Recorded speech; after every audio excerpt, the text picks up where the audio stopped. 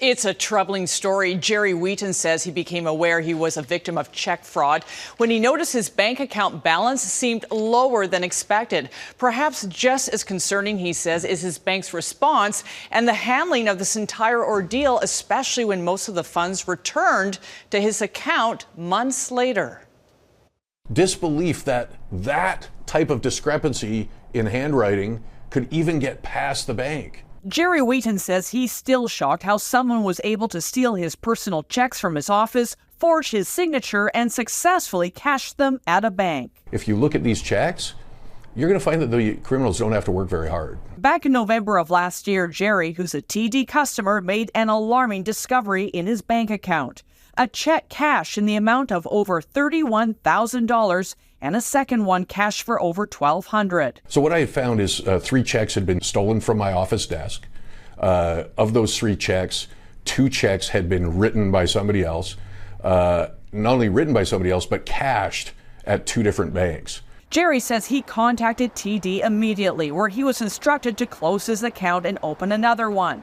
But for months, he says, he's been left in the dark, unable to get any answers from TD as to how this fraud happened, especially since the signature on the checks were clearly not his. I expected that they wouldn't cash a check that doesn't have my signature on it, and that's just not the case. Still, Gerry says TD denied his claim, stating he was responsible for exercising due diligence in protecting his checks. But in March, a stunning discovery.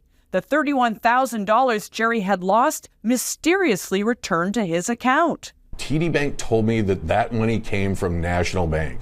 They had cashed the larger check. Bank of Montreal had cashed the smaller check. Consumer Matters reached out to National Bank of Canada asking for answers, only to be told no comment. And BMO stated, as this does not involve our customer, we encourage the individual to get in touch with their bank.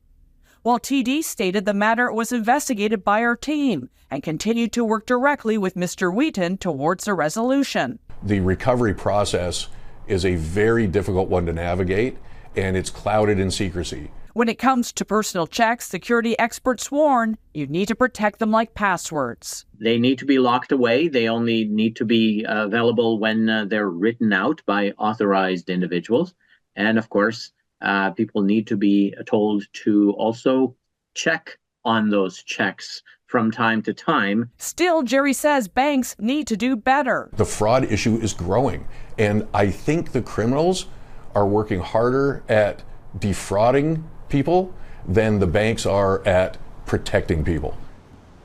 And Gerry Wheaton says he's so upset over how he was treated that he's in the process of leaving TD. He's also still out $1,200. We did reach out to RCMP for an update on Gerry's file, and we were told this investigation remains active and open. And if you have a consumer issue for me, you can email me at consumermatters@globalnews.ca.